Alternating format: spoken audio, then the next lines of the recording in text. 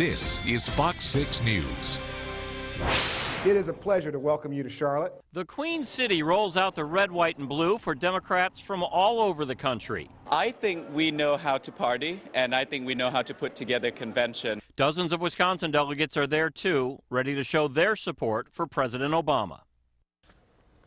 The Democratic National Convention officially gets underway tomorrow, but delegates are already in Charlotte, North Carolina, ready to get to work. 6,000 delegates are in the Tar Heel state to formally nominate President Obama for a second term. Security is tight, sidewalks are blocked off, and people are gathering near the Time Warner Cable Arena, hoping to catch a glimpse of someone famous. First Lady Michelle Obama is already at the convention. She was on stage earlier today to get a look at the arena and how the podium is set up, doing a mic check. Mrs. Obama will address delegates tomorrow night. Reporters asked her what she plans to talk about, and she replied, "Ask me tomorrow." Other speakers for the convention's first night include Chicago Mayor Rahm Emanuel, who is leaving early to deal with the teachers' union negotiations in Chicago. Former President Jimmy Carter is scheduled to speak as well, followed by the First Lady. The keynote address will be given by San Antonio, Texas Mayor Julian Castro. Labor Day at the Democratic National Convention meant Wisconsin's delegation was free of official responsibility. But that didn't mean they had a light day. Fox 6's Mike Lowe caught up with some Wisconsin delegates doing some heavy lifting. It is Labor Day here in Charlotte, so there's no official business for the Wisconsin delegation. Still, some of them decided to go to work.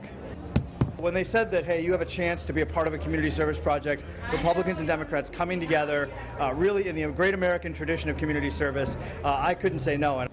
Milwaukee's Sachin Cheda is one of more than a dozen Wisconsinites who spent Labor Day helping to build a home for a disabled military veteran. This is really cool. It's the Craftsman House United project and is being supervised by television's Ty Pennington. We're proving that, when you work together, great things can actually happen. The Democrats are working on this half of the House. The other half was completed by Republicans at the Republican National Convention in Tampa last week. In reality, we agree on a lot more than we disagree, and it's nice to have things like this that aren't just raw politics all the time. And the cause is bringing the parties together and getting their awareness to and their focus on the veteran community and their needs. Marvin Finnendale, a former Army sergeant from Superior and a Democratic delegate, says he wanted to spend his day helping others. That's a good cause, a good reason. You could party any day of the year. It's Labor Day. Do some labor. When this half of the House is done, it'll be put together with the Republican half. It's really meant to be a symbol that both parties can work together to achieve something. Tomorrow, though, the delegates get back to work with their day jobs. They'll go to the convention center and hear from Mrs. Obama. Reporting in Charlotte, Mike Lowe, Fox 6 News. Mike, thank you. Well, the mood in Charlotte isn't all positive. Hundreds of union supporters and members marched through the city on this Labor Day. Their big beef, the state's ban on collective bargaining for public workers. Organized labor has supported the Democratic National Convention in the past, but this year they aren't giving any money to the DNC because it's in North Carolina. Republicans aren't giving Democrats free rein across the state either. VP nominee Paul Ryan was in Greenville, North Carolina today. That's about 230 miles east of Charlotte. He's still pushing Mitt Romney's message the GOP will do a better job with the economy than Democrats and get Americans back to work. If I could boil this down into one simple thought, the difference in philosophies that we have, it is basically this. Our founders got it right. Our rights come from nature and God and not from government.